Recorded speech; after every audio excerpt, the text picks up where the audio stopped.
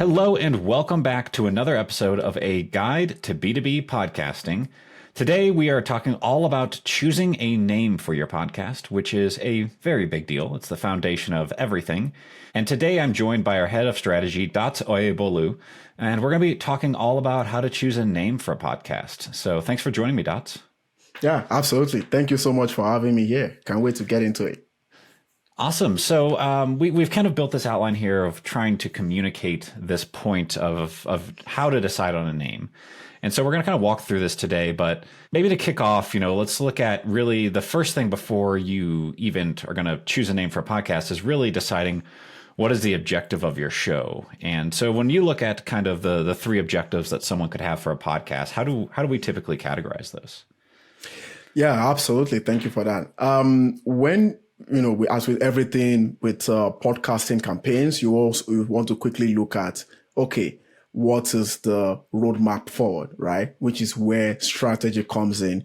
And you want to look at the objective of the podcast in general, because that will typically inform whether the brand purpose of the podcast, the content delivery of episodes, and what you want that content to do for you going forward. So the first thing really is account-based marketing. There is an emerging trend these days of account-based podcasting, because people have been able to see the use of podcasting as a tool to drive demand, demand generation, as some people would call it. And if you are in the B2B space, basically you are looking at how can this podcast be used as a means to get prospects that are potential customers? How can this podcast be used as a means to nurture prospects that you already have and, try to warm them up as it is? And how can you use podcasts as a means to make a soft sale or a soft ask?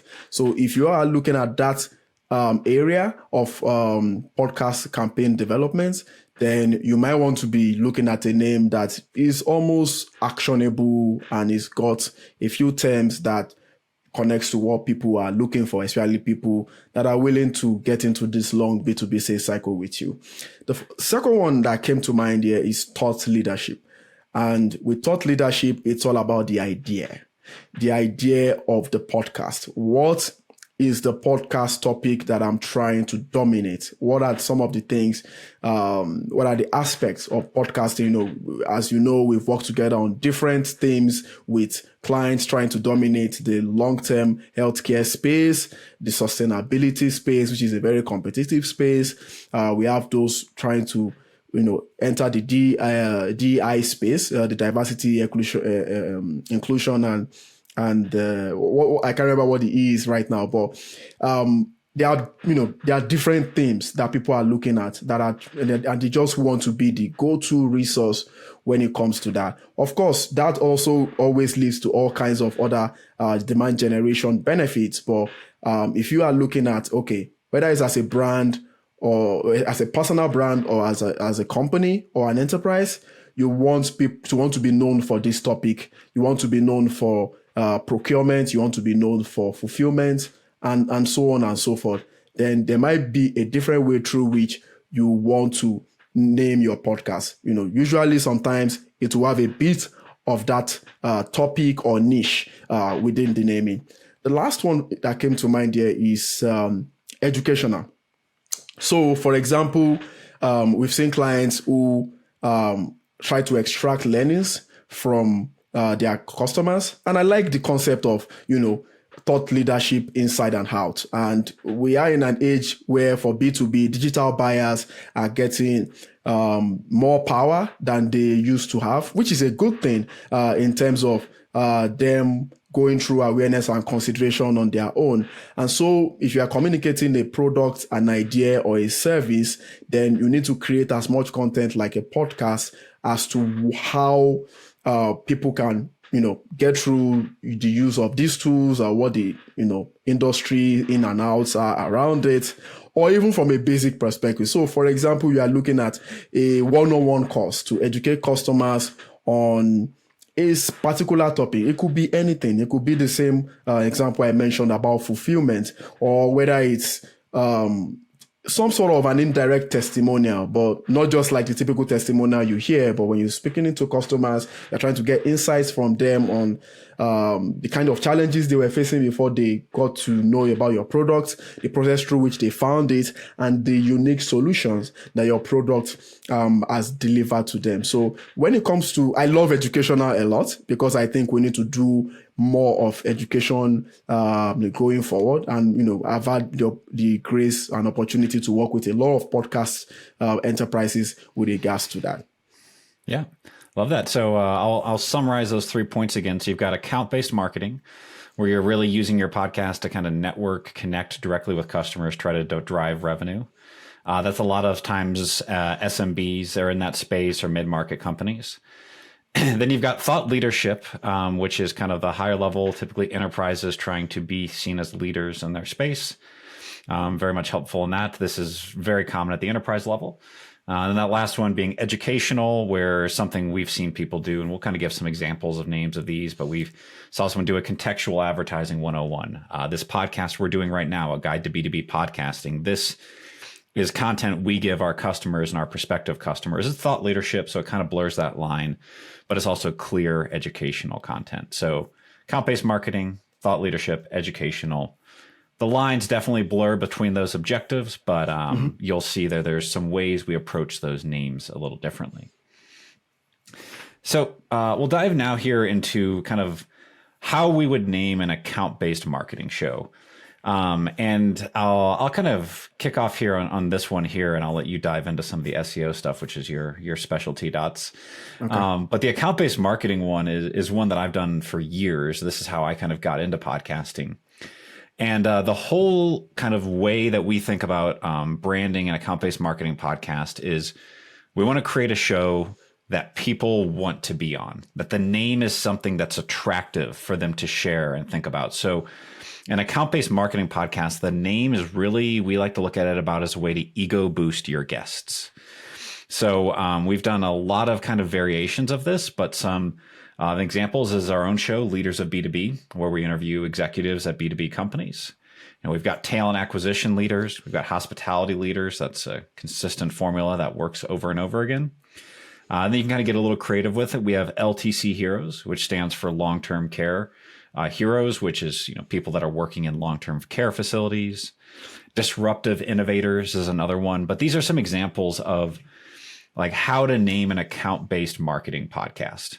And it's really all about thinking, it's not about, I think a mistake that sometimes people will go down with this is they make a show that's all about, what they do as a company. We had an agency that did a lot around stuff around video storytelling, and they wanted to call their podcast, the video storytelling, or like the storytelling podcast or something like that. And I was like, or it was like the customer storytelling podcast. And I was like, no one's going to want to be on that because no one's going to feel like an expert in that. But if you were to say, the SaaS marketing exec podcast, that's something that's exciting. Or, like a leaders of SaaS or leaders of marketing, things like that, where it boosts them up. Those are the kind of things in account-based marketing that we see convert really, really well.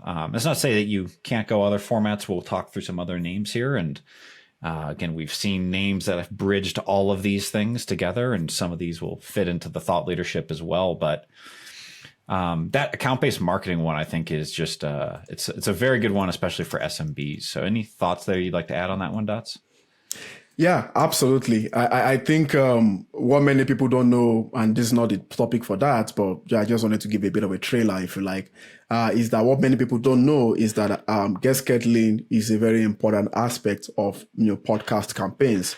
And when you're reaching out to guests, and you're telling them about the podcast, they have this 1 minute split second decision on whether to even consider you or reply to you or not. And some of the things they look at is the podcast name. Of course, you don't have to use leaders everywhere because we will reach critical mass with that. But there are some, like the LTC heroes, the disruptive innovators, SMB innovators. These are different ways that you can use your podcast name to boost the ego of the guest. Because don't forget, even whether you run a small podcast or a big podcast, the guests are coming in to also, expose themselves. It's a platform for them to, get more exposure, whether it's for their personal brand professionally, in this knowledge economy, or you are looking at those who are trying to expose their brands. And I've had to interview a couple of guests that are really, really focused on those kinds of things. So it's important to, again, like you said, Jake, there are different areas to look at this. There are some podcasts that have not really looked at this, I would call rule of thumbs, but I would say that it's important to think about that first, because having your guests come on, especially high level guests that receive hundreds of cold emails a day, is important, because you want to make that good first impression. There will come to a point whereby people will not really care about the name of your podcast at the very beginning, not at the beginning, but at the later stages. Maybe you are 100 episodes in or what have you, and they are looking at all the guests that you've acquired, at the beginning. But when you are doing this, you need to seed properly the strategy of, okay, what are some of the things that I can do to get my guests invite successful, or get great guests on my podcast that can also help my podcast. And one of it is making sure that your name is very attractive for the guest. Again, this is my perspective, and respect to all podcast listeners out there. When the podcast is popular, people will not really care what it is at the end when it's become really big. But what makes it big is how you make it to attract guests, because guests are one of the engine oils of your podcast, if I will put it that way. Yeah, I love that. It's such a great point. I mean, that's really the key thing, and why the whole ego boost. You really hit the why there. It's because then people will want to come on. Your outreach to get guests will improve. You talk to more people, you get more guests, you get momentum quicker. So yeah, all of that's phenomenal point there. So yeah, we've talked about account-based marketing. So now we're going to dive into kind of really the naming a thought leadership or an educational show, which is really where it kind of gets a bit more into the SEO optimization side of things. And so, Dots, can you kind of give us the high level of how should someone be thinking about like an SEO optimized podcast name? Yeah, absolutely. And whilst there are two aspects to a name, I will be focusing on one here. So first, we are looking at the podcast name. We are looking at the podcast tagline, but I will be, hammering on the name here in terms of some of the, high level best practices that you can look at, when you're trying to optimize for a name, after everything else we've talked about up until this point. So again, if you're looking at, if you're engaging with your client, or you're the business leader, you're engaging with yourself, and you want to look at, okay, what do you want this podcast to, contribute to from a commercial impact perspective, or even if you're just a brand on itself, with yourself, what is that main thing?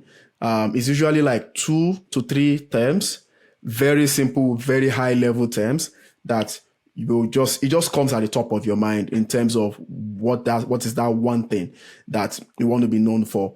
And then we can take those terms and then see if people search for them online. And by online, I mean the podcast platforms. Yes, you might be able to get some insights on the website, on web search in terms of search results, but you want to first find some ideas around this from the podcast platforms themselves. So, you are looking at, just to give some examples in terms of a keyword in a name, modern business operations podcast, right? Business operations is what this brand wants to be known for, when it comes to the podcast contribution. And yes, it's very simple. Yes, it's very straightforward, but your research sometimes might be a bit more nuanced than that, which is why it's important for you to backfill this with data, just to see if there is you are not looking for hundreds of millions of hits. No, we are looking at if people are even already searching for this, and if there's a potential for it to grow. So you want to look at that. And, with podcast SEO right now, it's very simple keyword stuff. Again, we'll go into the details with the taglines here, but with the name, the first question I'll ask myself is, what do I want to be known for? What do I want to be known as within this community that this podcast is going to build? And then see if you've got 1 or 2 or 3 terms around that, and then try to get some analytics as to if people are already searching for this, if there is some demand for this. Again, it doesn't have to be very high, but that will be able to get you started on what your final choice might look like. Yeah.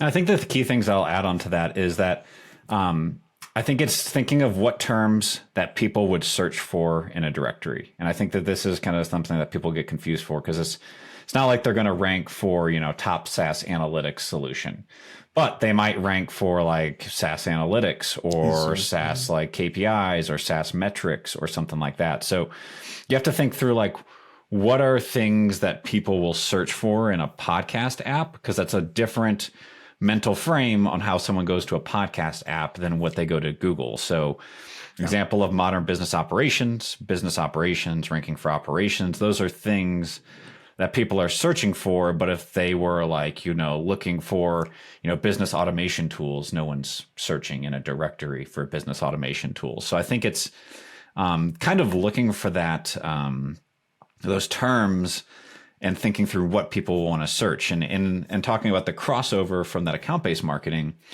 LTC Heroes was another great example. It's account-based marketing. It's an ego-boosting show, but it also ranks really well for LTC and long-term care, those keywords, and it's one of the top shows in that niche now. So just realizing that this SEO optimization can still apply to account-based marketing, like talent acquisition leaders.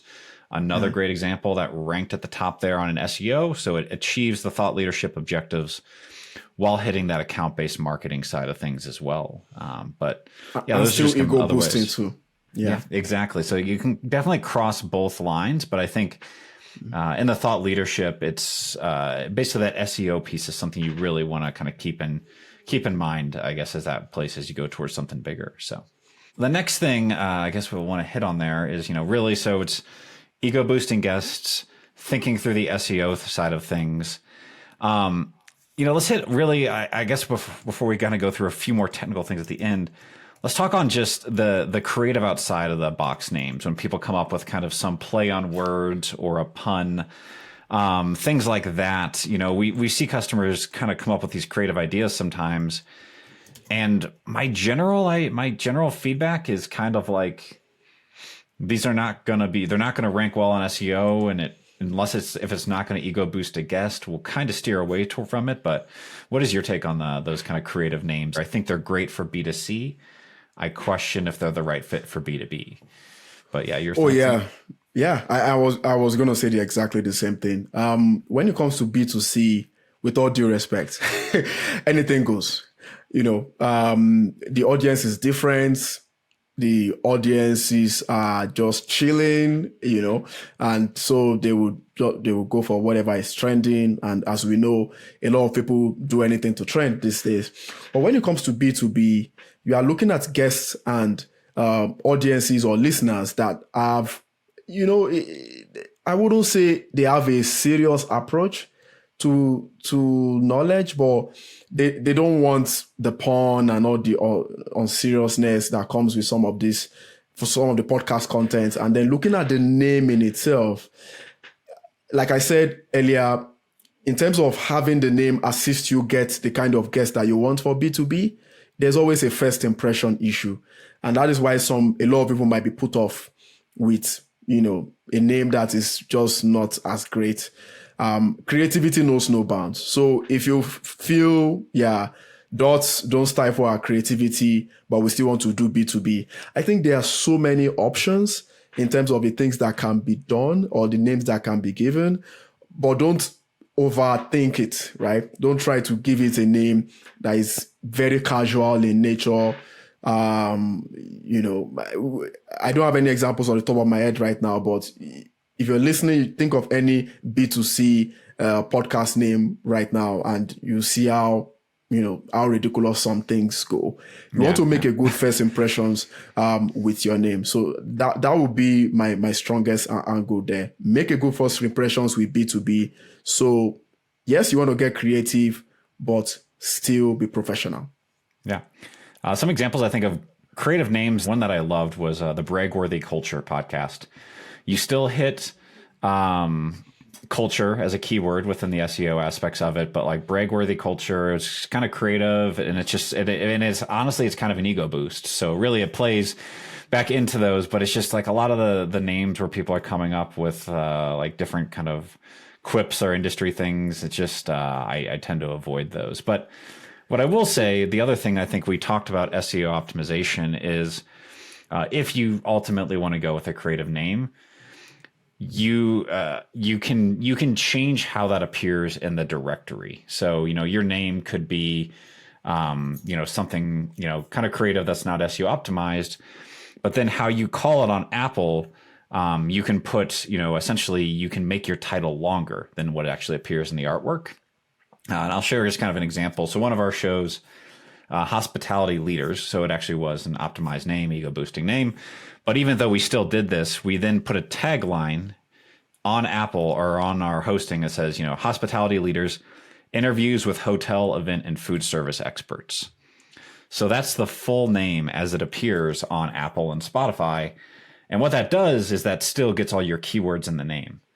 And that ended up ranking for food service, event, hospitality, and hotel as well. So you're able to rank for other keywords. So you can still do that, but having literally your keyword as like the first word or your word or two of your name, I think is more powerful than having it kind of stuffed near the end of it. So that's just another kind of tactic in there as well. But it's another piece there, but generally the B2B, the more straightforward the name, we tend to find the better the show performs. So Yeah, absolutely. And there's so much characters you can actually put in the name part itself. Mm-hmm. So, me and you, we've had experiences where clients take weeks just to determine what that portion of the name is.